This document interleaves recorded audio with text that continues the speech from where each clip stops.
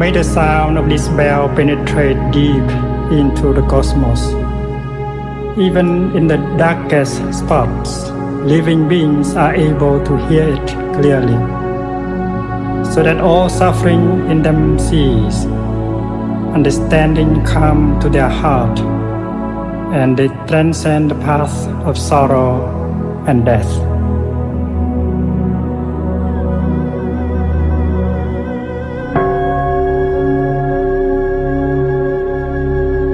Ba nghiệp lặng than tình gửi lòng theo tiếng chuông,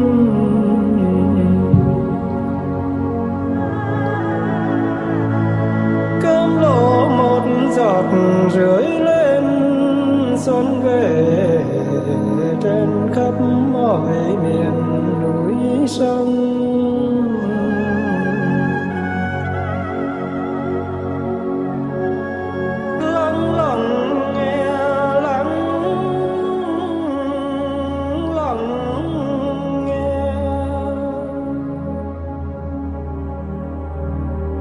Tiếng chuông huyền diệu đưa về nhất tâm.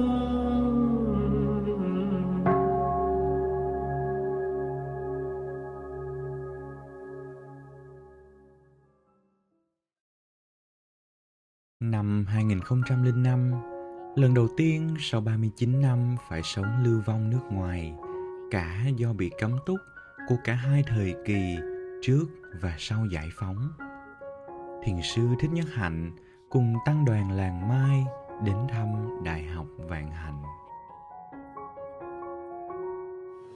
Kính bạch Hòa Thượng và quý phái đoàn, nơi mà Hòa Thượng và Chư Tôn Đức ở trong phái đoàn cũng như toàn thể tăng ni sinh của học viện và 3 nam nữ Phật tử hiện diện tại chánh điện đây. Tiền thân là phân khoa học ứng dụng của Đại học Vạn Hạnh, được thiết lập từ năm 1972 cho tới 75. Thì sau năm 1975, đất nước hòa bình độc lập thống nhất, thì Hòa Thượng Viện trưởng Thích Minh Châu từ Đại học Vạn Hạnh coi như cơ sở giáo dục, thì được Hòa Thượng được về nhận và chuyển nơi đây thành Thiền viện Vạn Hạnh ngay từ sau năm 1975 cho đến hôm nay.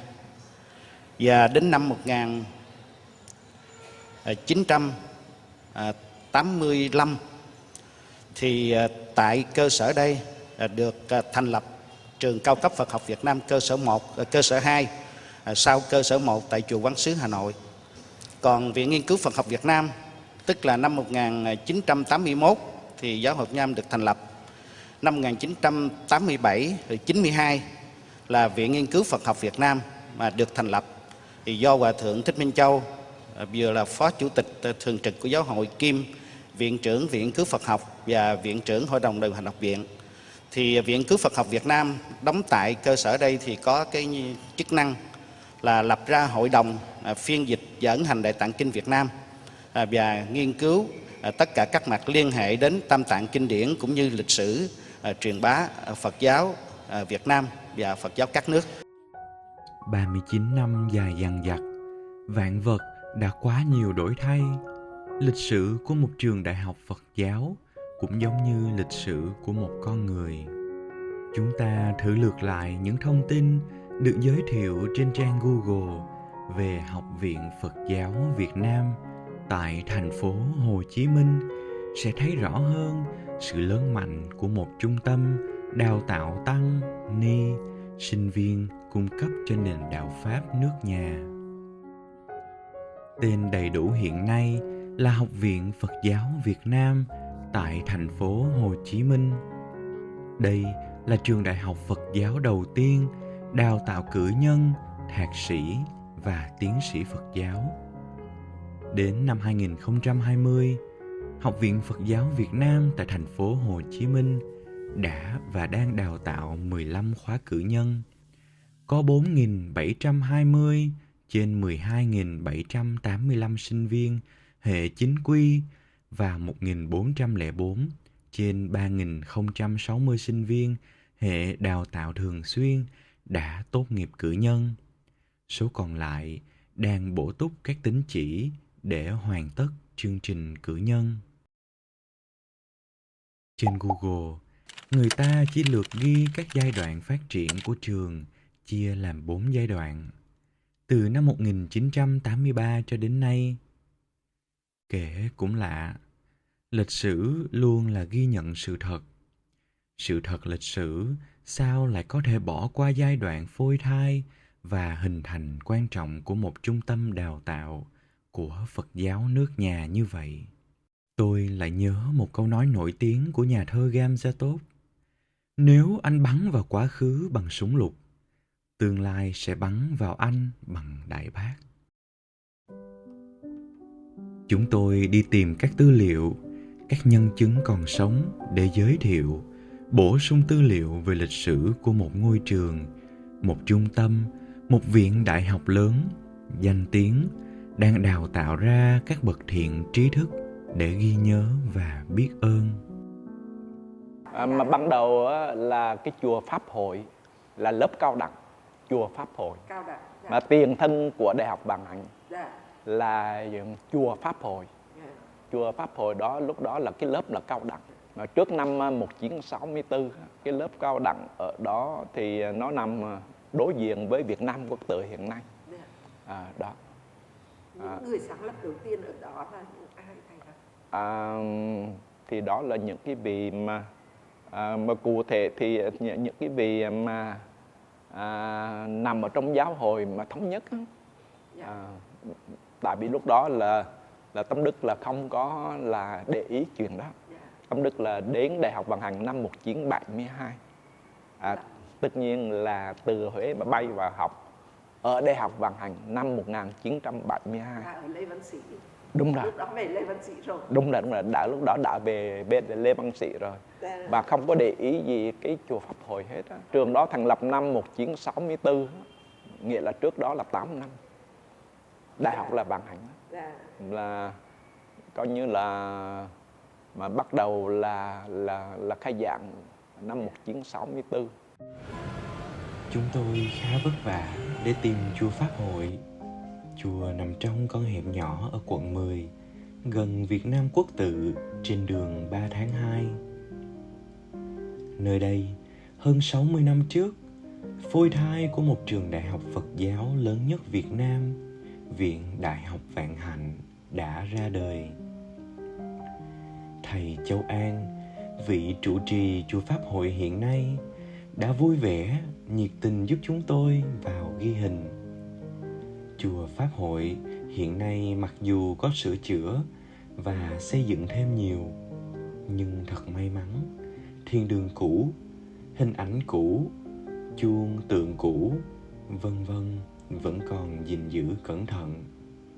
Ngay cả phòng ở của thầy Nhất Hạnh từ tháng 1 năm 1964 đến nay vẫn còn nguyên trên gác, nay được trở thành thư viện.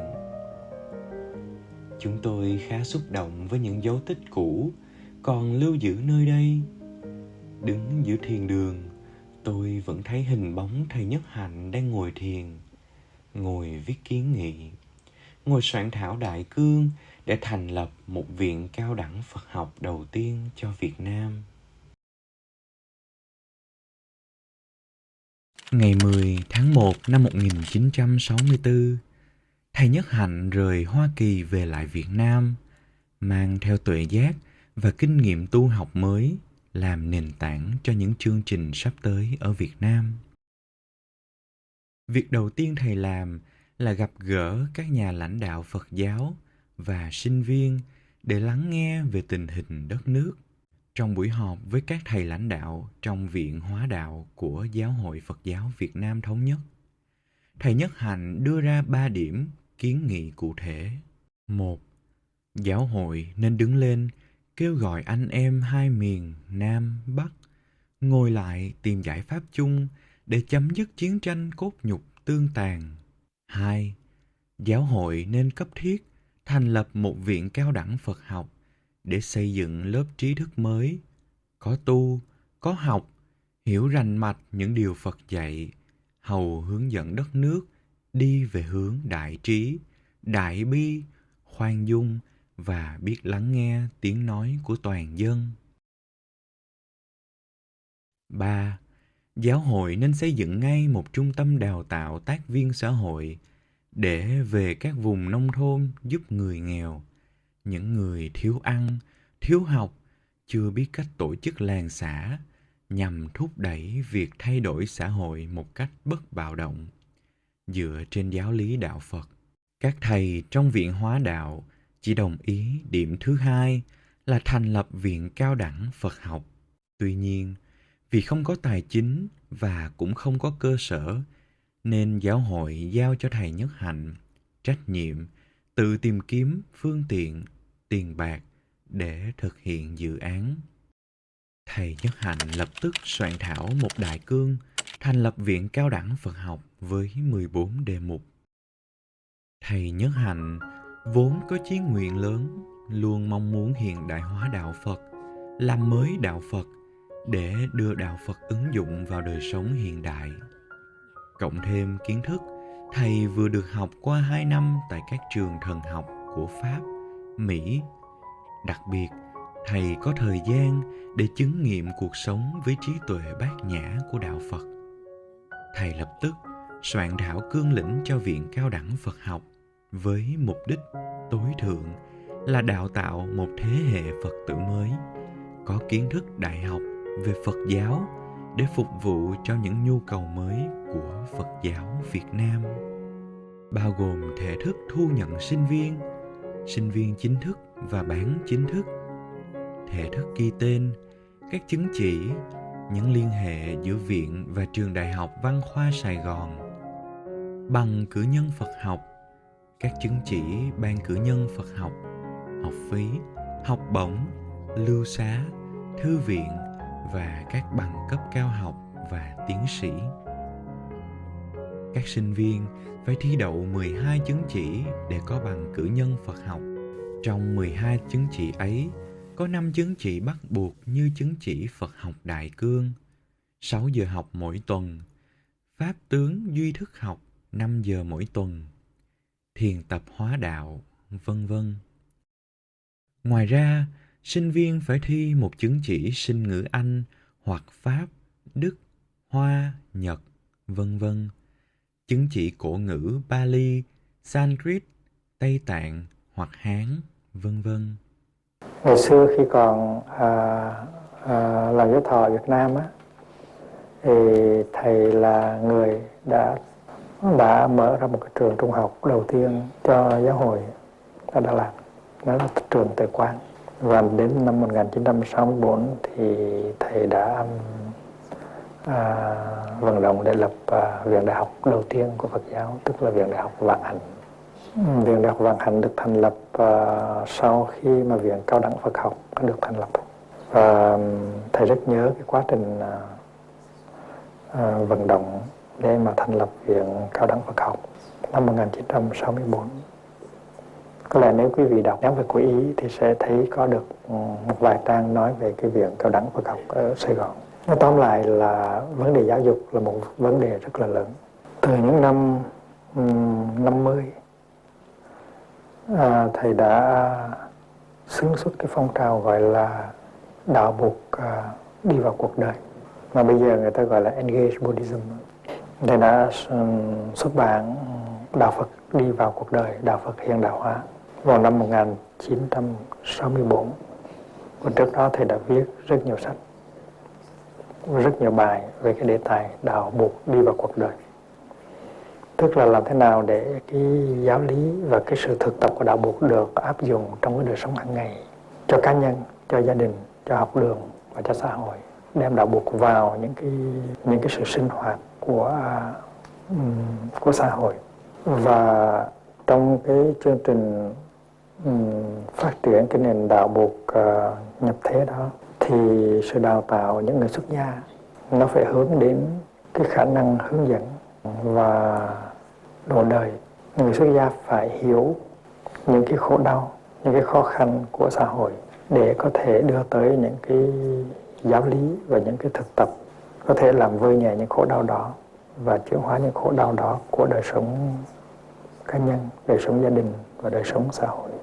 Và vì vậy cho nên trong chương trình tu học của người xuất gia ở tu viện đó, có những môn học mà ngày xưa không có, ví dụ như là tâm lý học, xã hội học và lịch sử, các nền văn minh. Và người xuất gia trong khi tu học cũng được tiếp xúc với những người cư sĩ tới với mình để tu học và thấy được những cái vấn đề, những cái khó khăn, những cái khổ đau của họ. Và khi mình nhận ra được cái bản chất và những cái nguyên do của những khổ đau đó thì mình có thể cung hiến những cái giáo lý và những cái thực tập để có thể giúp cho những người đó họ thoát khỏi, vượt thoát những khổ đau của họ. Với tư cách viện trưởng sáng lập, thầy Thích Nhất Hạnh đã viết thư chính thức mời thầy Trí Thủ làm viện trưởng. Thầy Minh Châu đang học ở Ấn Độ về nước làm viện phó. Thầy Thiên Ân làm giáo thọ trưởng. Bác Trịnh Văn Sâm, kiến trúc sư đã từng học ở Paris, làm tổng thư ký. Thầy Thanh Văn làm chánh văn phòng. Các giáo sư trường Đại học Văn Khoa và Đại học Sư phạm tự nguyện dạy không lương như giáo sư Nguyễn Đăng Thục, Cao Hữu Đính, Bửu Kế, Hồ Hữu Tường, Tam Ích, Nguyễn Đức Kham, Nghiêm Thẩm. Thầy Nhất Hạnh mời thầy Thanh Từ giảng về Kinh A Hàm. Vì không có cơ sở, thầy Nhất Hạnh phải mượn tạm một số ngôi chùa trong đô thành để làm cơ sở giảng dạy. Chùa Xá Lợi đồng ý cho Viện Cao đẳng Phật học của thầy Nhất Hạnh được sử dụng 2 phòng để làm 2 lớp học. Chùa Pháp Hội đã vui lòng cho thầy mượn làm trụ sở chính. Chùa Pháp Hội vốn gốc là chùa Hưng Đạo mà 15 năm trước, sư chú Phùng Xuân và các bạn đồng tu từ Huế lần đầu vào Sài Gòn được thầy Trí Hữu cho tá túc ngày 13 tháng 3 năm 1964, tức 2 tháng sau cuộc họp với lãnh đạo Viện Hóa Đạo tại chùa Pháp Hội. Thầy Nhất Hạnh mời các vị lãnh đạo giáo hội và quan khách chính quyền đến tham dự khai giảng Viện Cao đẳng Phật học Sài Gòn. Thư viện sách với 20.000 quyển sách của thầy Nhất Hạnh được chuyển từ Phương Bối Am về chùa Pháp Hội để làm thành thư viện đầu tiên của Viện Đại học Vạn Hạnh.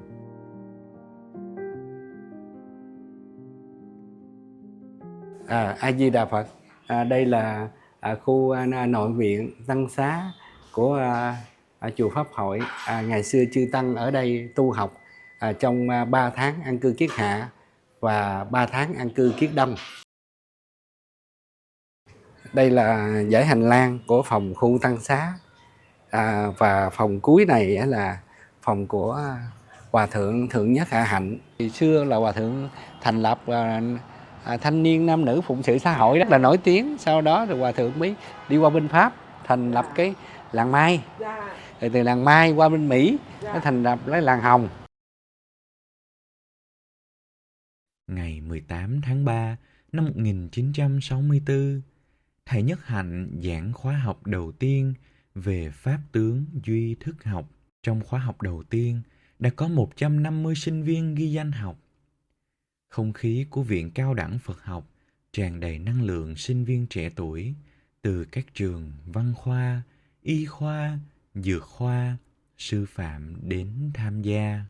Ngày 15 tháng 8 năm 1964, Viện Cao đẳng Phật học được đổi tên thành Viện Đại học Vạn Hạnh với khóa khai giảng mùa thu. Ngày 17 tháng 10 năm 1964, Bộ Giáo dục Việt Nam Cộng Hòa cấp giấy phép chính thức cho viện. Một lớp dự bị cao đẳng cũng được khai giảng tại chùa Pháp Hội nhằm nâng đỡ cho các học tăng, học ni chưa có bằng tú tài. Lớp dự bị này dạy thêm các môn quốc văn, sinh ngữ, khoa học, sử, địa và toán. Tất cả các giáo sư dạy lớp này đều tự nguyện không nhận lương. Thầy Nhất Hạnh là người luôn muốn đưa đạo Phật đi vào cuộc sống. với những chứng nghiệm khi khổ đau tận cùng về thân thể và tâm hồn. Thầy áp dụng cái thấy của Đức Phật vào việc chuyển hóa chữa trị cho tâm và thân của mình trong thời gian lui về phương Bối Am và trường đại học Princeton ở Mỹ. Thầy đã thiết lập một chứng chỉ cho các sinh viên là chứng chỉ thiền tập. Sinh viên ghi danh học chứng chỉ này không những được học lý thuyết về thiền quán mà còn được thực tập thiền quán, trong đó có thiền ngồi, thiền đi và những phương pháp khác như lục diệu pháp môn và ngũ đình tâm quán.